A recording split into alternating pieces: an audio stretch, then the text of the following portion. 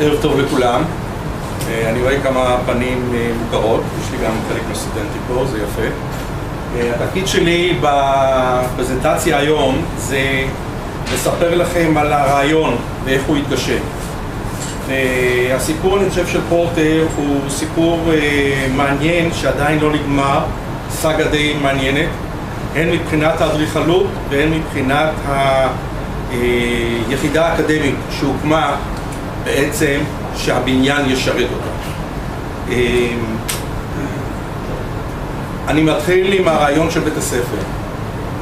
קודם כל אני מוכן לציין שהמועצה, תודה למועצה שארגנה את זה, וכמובן המועצה עובדת איתנו צמוד, וכמובן הגלריה, אני שמח שאנחנו הנושא הראשון שפותח את הסדרה. עכשיו, מה קרה לבית ספר פורטר? בית ספר פורטר, הרעיון היה בעצם בשנת 2000. הסיבה להקמת בית הספר הייתה שקרן פורטר הבינה, וחלקכם אולי זוכרים, התנועה בסביבתית בישראל התחילה בשנות ה-90, בתחילת שנות ה-90. והתנועה הסביבתית בישראל, בעצם השינוי הסביבתי בא כאשר התנועה הסביבתית היה הליך של בדמה. הארגונים דחפו את הממשלה להתחיל במעורבות והיבטים סביבתיים. משרד הגנת הסביבה, או משרד איכות הסביבה שהיה אז, הוקם רק בתחילת שנות ה-90, סוף 89-91. בתקופה הזו הארגונים הסביבתיים, רמה המקצועית הייתה מאוד נמוכה בכלל בתחום של סביבה, ולא רק בבנייה ירוקה. אף אחד באותה תקופה בשנות ה-90 בבתי ספר לאדריכלות לא נכנס לעולם של בנייה ירוקה, אולי פה ושם, כמובן בהיבטים הרגילים של אדריכלות, ויש לנו פה מספיק אדריכלים שמבינים, ודיברנו על זה גם כשהיינו צעירים. אבל כל ההיררכיה, כל המבנה, כל הגישה השתנתה כתוצאה מהתנועה הסביבתית העולמית. אנחנו החלטנו להקים את בית הספר בשנת 2000, כי הבנו שבשביל לעשות שינוי במודעות הסביבתית בישראל צריך לעשות זה דרך האקדמיה. הכוחות המקצועיים לא קיימים בארץ בתחומים שונים, ביניהם בנייה ירוקה, בתחומים מאוד ספציפיים, ולכן הוקם בית הספר.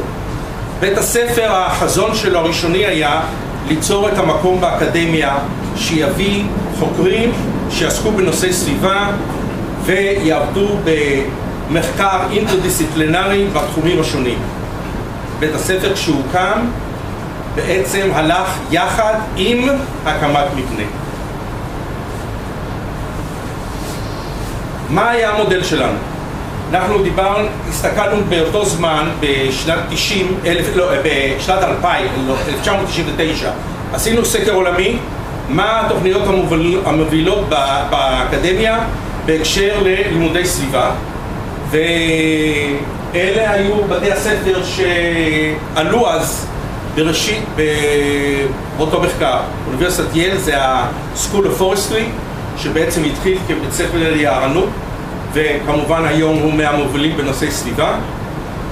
קולומביה, ה-Earth Institute, שאיתו אנחנו עובדים עד היום, ומישיגן, אנ הרבור, ובאירופה, אוקספורד, כל אחד סיפור בפני עצמו. לכולם, היום אם אני מסתכל על הבתי ספר האלה, לייל יש בניין ירוק מוביל ברמת פלטינום, שהם רק בעצם חנכו אותו לפני כשנתיים, ושאר האוניברסיטאות, במישיגן לקחו מבנה ועשו רטרופיטינג, מבנה גדול, וזה חלק מהאינטראקציה של לימודי סביבה בהיבטים השונים. אבל המקור המרכזי שהיה בשבילי, שאני התחלתי את הדרך, והתחלתי את הדרך עם הפרויקט הזה מראשיתו, כשהקמנו אותו עם הקרן בשנת 2000, היה לנו בעצם הדוגמה של מבנה אקדמי ומבנה ירוק רק במקום אחד בעולם. וזה היה, חלקכם מכירים אותו, אוברלנד קולג' שהיה ידוע בארצות הברית בלימודי סביבה מתקדמים לתואר ראשון, ואותו אדם בשם פרופסור דיוויד אור אמר, אני הולך להקים את זה, ואנחנו מדברים עכשיו בשנות ה-90, 93, 94, והוא אמר, היחידה האקדמית הייתה, אבל אני מקים מבנה. הוא לקח מישהו מכיר את הסיפור של המבנה הזה? אוקיי, אז המבנה הזה הוא בעצם לקח את המתכננים המובילים בארצות הברית, והכי חשוב שהוא לקח וויליאם מקדאו, הוא עשה את זה, אבל הכוח המוביל זה היה כמה מדענים מנאסא, ונכנסו לנושא הזה לעומק, ובעצם אותו מבנה שהוקם פה דיבר על שילוביות של אותם עקרונות בנייה ירוקה שכולנו מכירים אותם, אנחנו מדברים ב-94-95, והוכרז על ידי העיתון ניו יורק טיימס כאחד מהמבנים החלוציים המובילים בעולם בתחום. הדוגמה הזו זה היה הבסיס הראשוני בשביל לנסות מקימים יחידה אקדמית, אבל רוצים בית ספר או מבנה שישרת את בית הספר שהוא חלק אינטגרלי שמבטא את בית הספר. הסיפור הזה בעצם, כמו שאמרתי, התחיל בדצמבר 2000. מה היו העקרונות של אותו בית ספר? שהם בעצם הבית ספר של היום. זה הבית ספר היחידי בארץ שהוא על-פקולטטי. הוא לא שייך לאף פקולטה, הוא מעל הפקולטות, עובד עם הרקטור והנשיא. זאת אומרת, זו הייתה החלטה של נשיא אוניברסיטת תל אביב באותו זמן, פרופסור איתמר רבינוביץ', הבין את הפרחות שקורות בעולם, ואמר, הנושא מעניין. כמובן הייתה קרן פורטר שהייתה מוכנה לממן, והוא החליט, אני הולך על משהו ייחודי, אינטרדיסציפלינרי, שעומד מעל הפקולטות ועובד בשיתופי פעולה עם הפקולטות השונות. מה יש לנו היום בבית הספר הזה? אנחנו עובדים עם 9 פקולטות, כן? ובכל פקולטה אנחנו מחפשים את השותפים שלנו. ואם ניקח בנושא של אומנות, ששם בנייה ירוקה, אדריכלות, בספר אדריכלות, יש לנו כאן כמה מרצים מהבית ספר, נכון? יושבים בקהל. להזכירכם, לפני 10 שנים נתנו את הקורס הראשון בבנייה ירוקה במסגרת בית ספר לאדריכלות, וחלק מאנשי הסגל התנגד למתן הקורס. זה היה מצב לפני כ10 שנים. המבנה האקדמי של בית הספר הלך יחד בעצם עם הצורך להקים מבנה פיזי. אותו מבנה פיזי זה אותו מבנה שאנחנו כרגע בונים אותו, אבל קרה משהו בדרך. מה יש לנו היום? אנחנו היום בית ספר מוביל, אני חושב, בלימודי סביבה בתחום האינטרדיסציפלינרי, כמו שהראיתי, עובד עם 9 פקולטות בנושאים שונים. אנחנו היום עם 60 דוקטורנטים, אנחנו יושבים עם יותר מ-85 מאסטרנטים עם תזה, זאת אומרת שלנו היום יותר מ-140 מחקרים שונים בנושאי סביבה. מתוכם בנייה ירוקה, למרות שאין כמעט אנשי סגל בתחום, הן באוניברסיטת תל אביב ובארץ, ברמת דוקטור, אין הרבה, אוקיי? אולי 11-12 איש. הייתי אומר שלפחות 15% עוסקים בבנייה ירוקה בהיבטים השונים שלנו. יש לנו גם תוכנית בינלאומית, ואנחנו מביאים מומחים מהעולם בנושאי סביבה, והיום בסוף השבוע אנחנו יוצאים ממכרז חדש לכמה אנשי סגל, ואחד מהם הוא גם בבנייה ירוקה. עכשיו, אני לקחתי את הדוגמה לבנייה ירוקה כי הבנייה ירוקה מבחינה אקדמית קשורה לכל התחומים שאנחנו רגילים לדבר בסביבה. היא קשורה בנייה ירוקה לאנרגיה מתחדשת, כל הנושא של טכנולוגיות חדשות, אם זה אנרגיה סולארית ואם זה אנרגיות סולאריות שונות, וכמובן חוקרים בתחום הזה. כמובן נושא שינויי אקלים הוא מס לגבי הדחיפה, הייתי אומר, של בנייה ירוקה, כתוצאה מהשימוש מדלקים פוסיליים, והצורך בעצם הדחיפה היום ליעילות אנרגטית מיד קשורה לנושא של בנייה, כאשר בין 30-40% מצורך האנרגיה, תצורכת האנרגיה היא קשורה למבנים, ואז כמובן בנייה ירוקה תופסת משקל רב בעולם היום.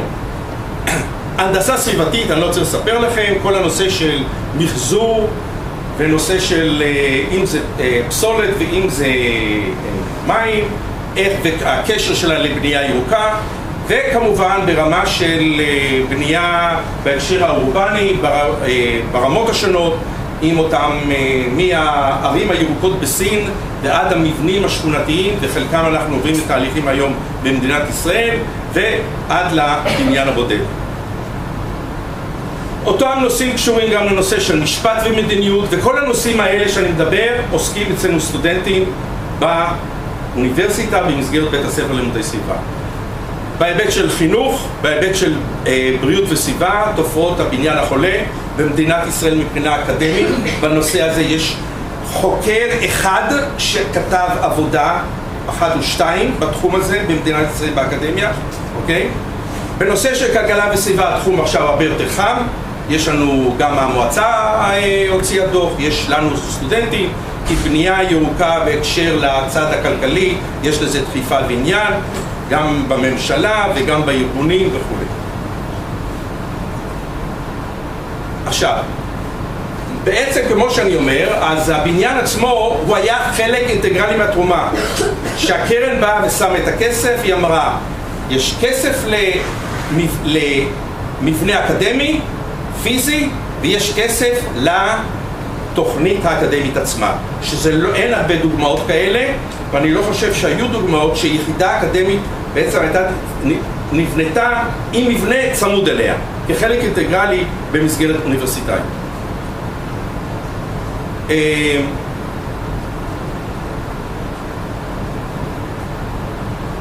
היום, אני לא אכנס למבנה עצמו, כי בזה יש לנו אדריכלים שידברו, אבל אני מדבר על ההליך.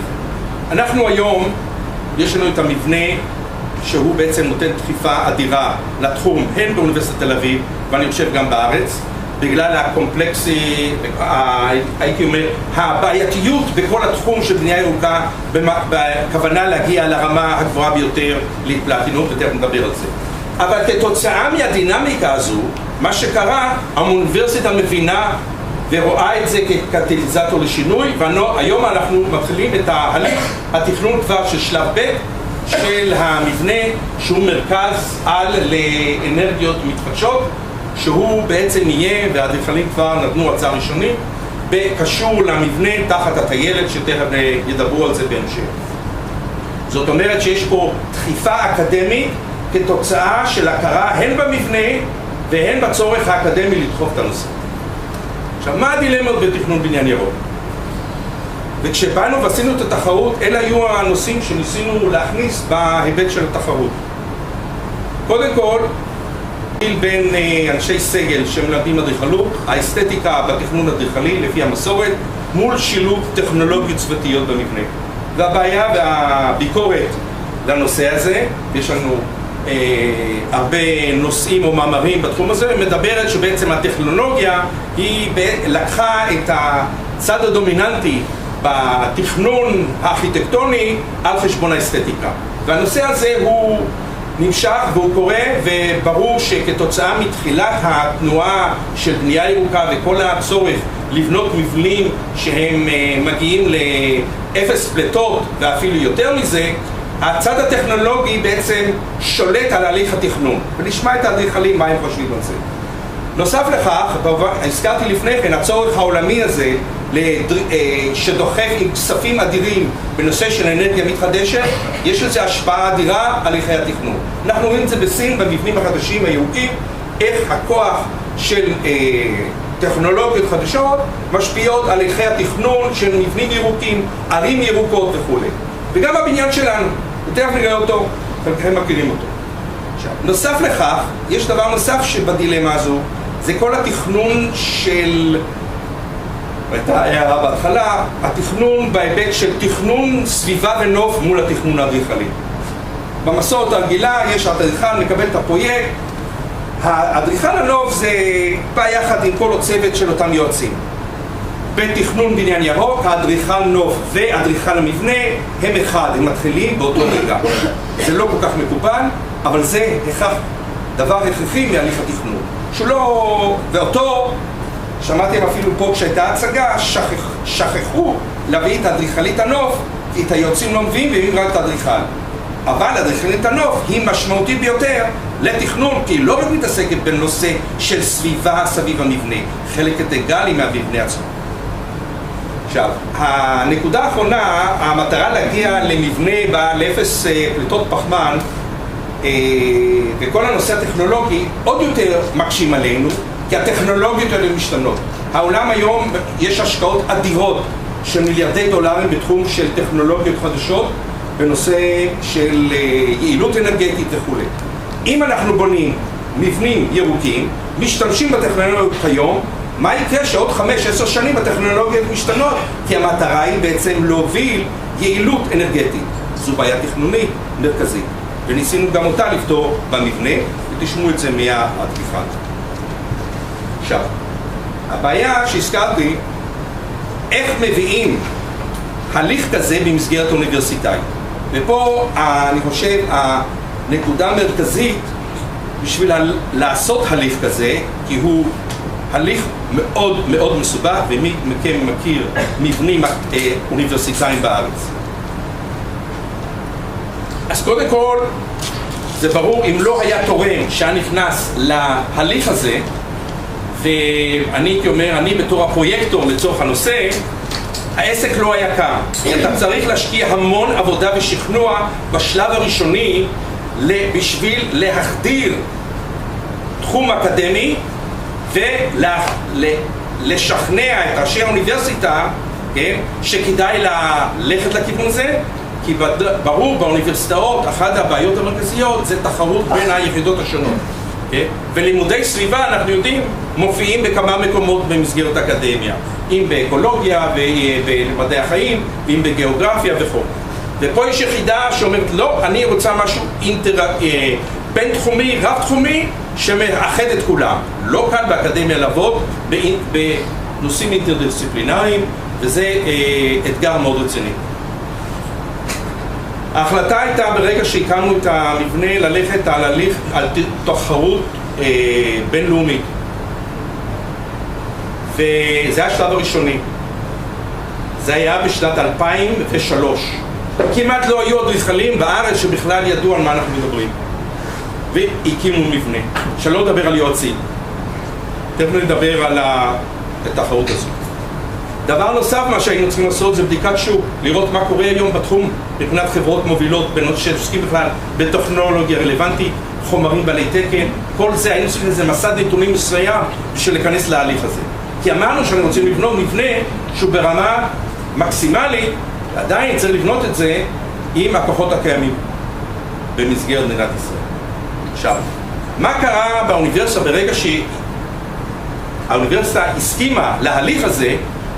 זו הייתה הגדרה של מודעות סביבתית בקמפוס, הייתה החלטת מנכ"ל, והוקמה בשנת 2000 ועדה אוניברסיטאית לנושא איכות סביבה, ששילבה אנשי סגל אקדמי, סטודנטים, מאגודת הסטודנטים והמנהלה. וכמובן זה היה הליך ליצור את הדינמיקה הפנימית בתוך האוניברסיטה לקבלת המבנה הזה, שגם הוא לא פשוט. וכתוצאה מכך הייתה החלטה כבר הראשונית להחדרת עקרונות של בנייה ירוקה למבנים החדשים, ואנחנו רואים את זה. עיר הסטודנטים למשל, אז שיכון ובינוי בונה את זה עם עקרונות בנייה ירוקה. נכון, זה לא ברמת ליד פלטינום, אבל זה חלק אתגרי של החברה שהיא גם דוגלת בתחום, זאת אומרת משהו קרה. בנק דיסקון נבנה כמבנה ירוק. הכוונה היא לראות מבנים חדשים באוניברסיטה שנכנסים לאותו הליך, שזה משנה את כללי המשחק. וזה לא כולם, כי עדיין זה לא החלטה גורפת מחייבת, זאת אומרת זה הליך שלוקח זמן. המבנה עצמו, שהחלטנו להקים אותו, זה גם הייתה החלטה לא להקים אותו בקמפוס. כי אמרנו שהמבנה הזה, אתם רואים פה את האיילון, כן? זה האיילון, זה המסילת רכבת ממזרח, המבנה שלנו, אם אתם קוראים, זה ליד שער 14, זה הכניסה המרכזית מהרכבת, זו הרכבת, וכניסה רכבית מהאיילון. אמרנו, אנחנו רוצים לעשות את זה מחוץ לאוניברסיטה. ושבאנו לנשיא ואמרנו, אנחנו רוצים את הקרקע שעליה נבנה הבניין, הוא אמר, אין לי בעיה, כי בעצם זה היה מגרש שהיה בעצם אתר השפעה של 40 שנה של המבנים באוניברסיטה, ועל זה בנו בניין חנייה, והוא אמר, אוקיי, אתם רוצים, קחו את זה. באותו רגע שקיבלנו את המגרש הזה, כללי המשחק הארכיטקטוני כבר היו בחלקם שם כתוצאה מהמיקום. ואמרנו כי אנחנו רוצים להקים מבנה שיגיד משהו לכלל עם ישראל, קרי הקשר בין האיילון ובין המבנה. ואז השאלה, מה הפתרון הארכיטקטוני?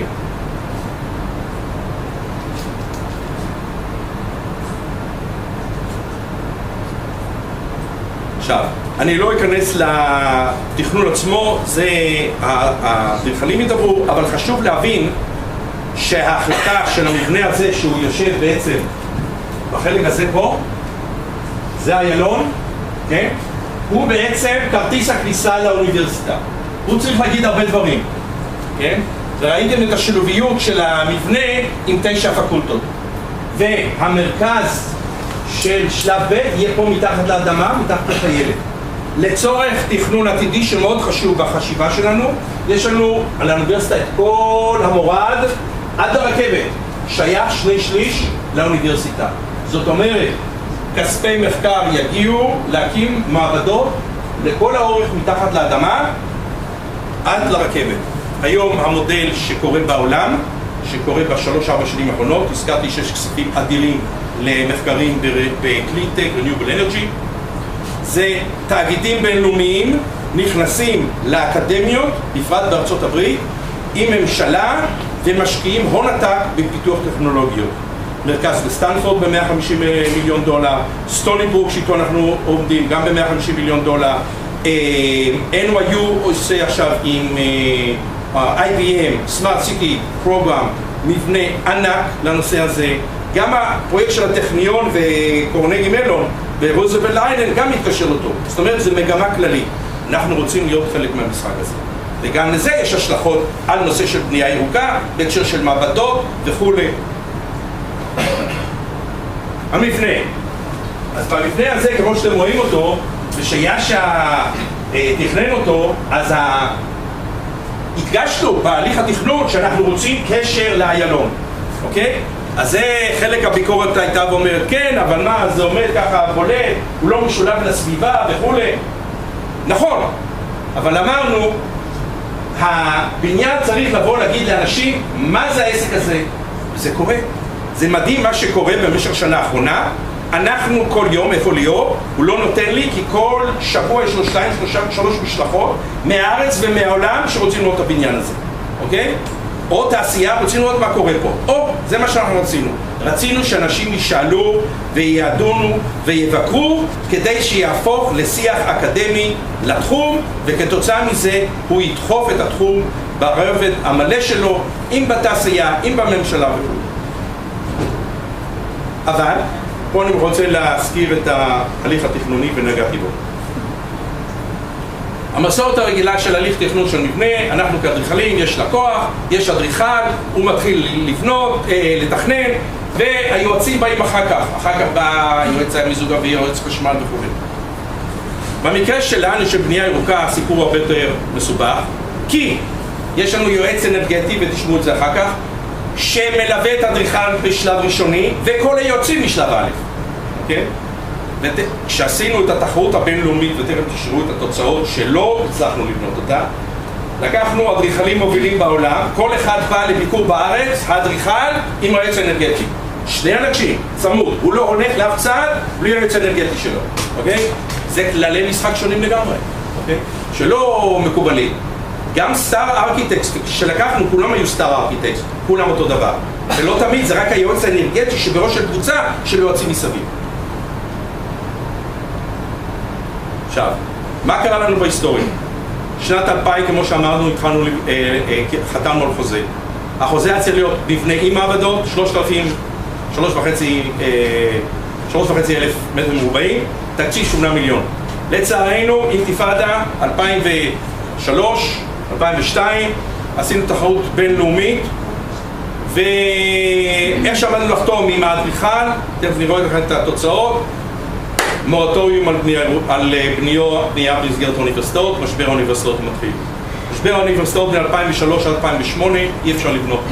ואנחנו ב-2008 מחדשים את הנושא, כי יש חוזה ראשוני שנחתם עם האוניברסיטה, ומתחילים עלויות הבנייה עלו, ואז אנחנו בונים שלב א' שהוא בעצם ללא מעבדות, מבנה של 3,000 מטר מרובע, זה המבנה של היום, ואם הכל טוב יפה, והאדריכל יעבוד יפה, וליאור, מנהל הפרויקט יעבוד יפה, והאוניברסיטה תיתן מה שהיא חייבת, לפי אחוזים, אנחנו נגמור את זה בנובמבר, שנת הלימודים הבאה אנחנו נהיה שם. וכרגע אנחנו דוחפים את המבנה של מבנה שלב ב', שהוא בעצם על המודל החדש, פרויקט של $50 מיליון. התחרות הבינלאומית שהייתה, ותראו את האדריכלים שהיו לנו, אנריקו בראון מצ'ילה, קיני יאנג ממלזיה, פוצ'ילרה מאיטליה, טרופו ארכיטקטס מאוסטרליה שזכו, פיטר הבנר מגרמניה עם הרצוג, ו-KPF, פול קאץ, משרד האדריכלים הגדול ביותר בעצם בניו יורק, כולם ניגשו. לבניין הקטן הזה במידל איסט היו מוכנים לגשת, אוקיי? ניגשו. אבל לא הצלחנו להקים אותו, זה היה הפתרון של טרופו ארכיטקטס. זה המבנה. ובסך הכל אתם רואים שהצד הדרומי שלו מדבר על אדריכל וכל השילוביות והתפיסה של הגבעה היא סך הכל די דומה, אבל לא הצלחנו לבנות את זה. התחרות ב-2008 הייתה החלטה גורלית. החלטנו לקחת ולהגיד, אנחנו בונים רק עם מה שיש. 40 משרדי אדריכלים התחרו על הנושא תחרות פתוחה. באוניברסיטאות בדרך כלל לא אוהבים לעשות תחרויות פתוחות. יש כל מיני סיבות לנושא. דרשנו תחרות פתוחה. 7 אדריכלים הגיעו לגמר. תכף נראה את העבודות שלהם. אקסלוד, ויינשטיין, סיאן, דורקה, עדה קרמי, סוקר שירן, נפו. כולם אדריכלים ברמה, כולם היו צריכים לבוא לתחרות עם אדריכל וצוות היועצים. השיפוט היה אדריכל וצוות יועצים. וזה לא היה קל למצוא יועצים, כי בסך הכל ביועץ אנרגטי, כמו שאמרתי, בארץ הסתובבו, גם היום אין מי יודע מה, כן? 3 במוסקיטרים, לא יותר מזה, שיכלו לגעת בנושא של בנייה ירוקה, בהיבט הרחב שלה, כי צריך לבנות בניין ברמת ליד פלטינום, שהדבר המרכזי שלו זה הצד האנרגטי בתכנון. Okay? השיפוט היה ועדת שיפוט בראשו של אדריכל דן קייזר, זה לא היה קל, אתם תראו את התוצאות, ותכנון זוכה זה לורבן, יושב איתנו, יוסי קורי, וחן, נלחם, כל אחד עם פונקציה משלמה אחת השני. אבל הייתה החלטה מרכזית, וזה חשוב, אני יכול להגיד את זה פה, הייתה החלטה מרכזית לתת לאדריכלים צעירים לבנות את המבנה, למרות שאין... וזו הייתה החלטה שהאוניברסיטה לא אוהבת את זה. לא אוהבת דברים כאלה. אני רוצה אדריכל שיש לו ניסיון, בנה מבנה ציבור, טה. לא, אני רוצה להגיד לכם שאנחנו היום, אם אני חושב על זה, עשינו צעד מאוד משמעותי, כי יש לזה השלכה, אוקיי? השלכה לכל הנושא הזה ומסר לדור הצעיר של אדריכלים. ואני מקווה שאחרים יבואו אחרינו. וגם אחרי התחרויות, ראיתי יש יום עיון בנושא, למה אלה שזוכים לא בונים. המבנה עצמו, נשמע ונדבר עליו עוד מעט, זה היה ציון לשבח של כנפו פלימור. אוקיי?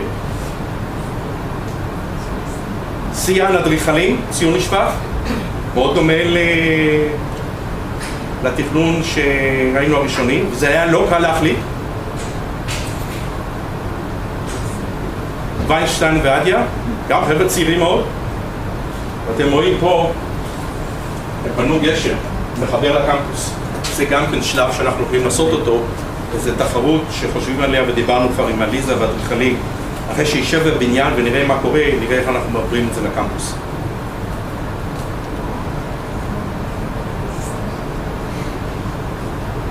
עדה קרמי, סוק שירן, עם מפתח הררי.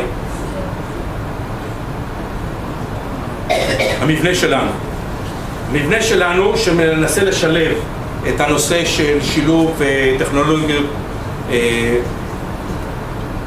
אמרתי חדשניות בצד הפסיבי והאקטיבי, והנקודה המרכזית הייתה ללכת על ליד פלטינום. הסיבה שהלכנו ליד פלטינום ועדיין לא היה תקן ישראלי. דיברו על זה. דרך אגב, בית ספר פורטר היה הבסיס להקמת המועצה לבנייה ירוקה. ההחדרה של המועצה וההכרזה היה בישיבה הראשונה בבית ספר פורטר בשנת הילה. מתי זה היה? 2008. יפה. זה בדיוק שהתחלנו עם המבנה. והתחלנו גם בית הספר להיות מעורב בנושא של התקן הישראלי. עכשיו, מה הבעיות שלנו שאנחנו רואים את זה היום? אני אגע בזה בקצרה, כי יש לכם גם הרצאות שלמות על זה.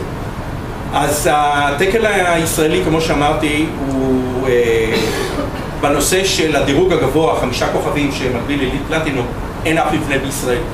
ואני אומר לכם היום, לפי מה שאנחנו עברנו, קשה לי לראות שאיזשהו יזם או גוף ייכנס להרפתקה הזו, כי זה עסק מאוד מאוד מאוד מאוד מסוכן, אוקיי? אבל אנחנו לוקחים על עצמנו להעביר אותו דרך המסלול הישראלי, יחד עם מכון התקנים שרוצה לעשות טסטינג קייס להליך הזה, כי יש שינויים בסיסיים בנושא, ברמה הגבוהה בין עילית ובין התקן הישראלי. הנקודה האחרונה, מעבר למחקרים והשוואות, זה בעיה מאוד ספציפית שקורית כרגע בארץ, ואנחנו על זה גם עובדים עם משרד הגנת הסביבה. שחברות בינלאומיות, תאגידים בינלאומיים, חברה ישראלית שנקטה על ידי תאגיד בינלאומי, בונה בניין ירוק בארץ. על בסיס איזה תקן היא הולכת? תקן ליד. למה? כי התאגיד הבינלאומי מכיר את תקן ליד. ואז מה שקורה, התקן הישראלי לא מקבל נקרא לזה, את הניסיון שלו. הנושא הזה אנחנו מנסים לשנות את זה, כי בעצם אתה צריך לעשות איזושהי התאמה בין הליד שצריך להכיר בתקן המקומי נקרא לזה בייחודיות שלו והתאמה לתנאי המקום. אז זה משהו שצריך לסגור עם המועצה העליונה לליד, או אותו דבר אם זה בריאן או תקן אחר. זאת אומרת, יש פה בעיה בתקנים האלה המובילים שהם אור ותומים, הן לתורמים והן לתאגידים בינלאומיים, ויוצר פער משמעותי בנושא של מבנים ירוקים, אם בישראל או במקומות אחרים. זה המבנה שלנו, כרגע מהאוויר, תכף נשמע עליו. כרגע אני רק רוצה להגיד שבית ספר לימודי סביבה כתוצאה מזה עושה מיזם משותף עם משרד הגנת הסביבה. אנחנו מדברים על מסמכי מדיניות, הטמעה, קורסים ושילוב עם מועצה לבנייה ירוקה. יש לנו מסלול בבנייה ירוקה. אם אתם יודעים על מרצים מעבר ל-11 דוקטורים שיכולים ללמד בנייה ירוקה, תבואו להם מיד, יכולים לעבוד אצלנו. יש לנו בעיה רצינית בתחום. ואני רוצה לגעת בנושא של תחרות כרגע שרצה, לא יודע אם שמעתם על זה, תחרות של דיקטלון. תחרות שבעצם מאורגנת על ידי משרד האנרגיה האמריקאי ומשרד האנרגיה הסיני, כי הוא בעצם מתקשר למה שדיברנו. היום סטודנטים מאוניברסיטת תל אביב ומפורטר עם מוסדות אקדמיה אחרים, שנקר, עם ויצו והמכללה למנהל, ואני רוצה להגיד לכם, גם סטודנט מהטכניון, אבל הטכניון לא רוצה להיכנס לזה. לא רוצה להיכנס לתחום, לדבר הזה. עכשיו, תחרות הזו כרגע עובדים סטודנטים, מקימים כרגע את המבנה. הנושא המרכזי במבנה הוא בעצם הקמת מבנה של 80 מטר מרובע, צריך לשלב טכנולוגיות חדשניות, בסיס של אנרגיה סולארית, בסיס של Zero Carbon Building, כן? 0 פליטות, צריך לפרק אותו, להכניס אותו לקונטיינר, לנסוע לסין באוגוסט השנה, הוא יישב בסין, אנחנו נבחרנו בין 22 מדינות לייצג פעם ראשונה את ישראל בתחרות הזו, כן? זה בעצם הבינאלי של בנייה ירוקה, והמטרה של התחרות זה להכניס את התחום של בנייה ירוקה בהיבט האקדמי באותן מדינות שמשתתפות. אני מקווה שנצליח. המבנה כרגע, אם מישהו רוצה, בפסח אפשר לראות אותו בחוצות המפרץ, יושבים ובונים אותו, כ-30 סטודנטים. השקעה כמעט של $1 מיליון מחסויות ותרומות שונות. אלה הסטודנטים שהיו חלקם בבייג'ין, בביקור, יאשה גרובמן נמצא שם, לא יאשה, יוסי קורי, שהוא גם, הוא המוביל של הפרויקט, הוא אחד מהאדריכלים, והשילוביות הזו אומרת משהו, ואני מקווה שהיא תחדיר את הנושא הסביבתי בהיבט של בנייה ירוקה לאקדמיה, וממנו השינויים יבואו כמסגרת קבלת החלטות עם משרדי ממשלה ובתעשייה. תודה.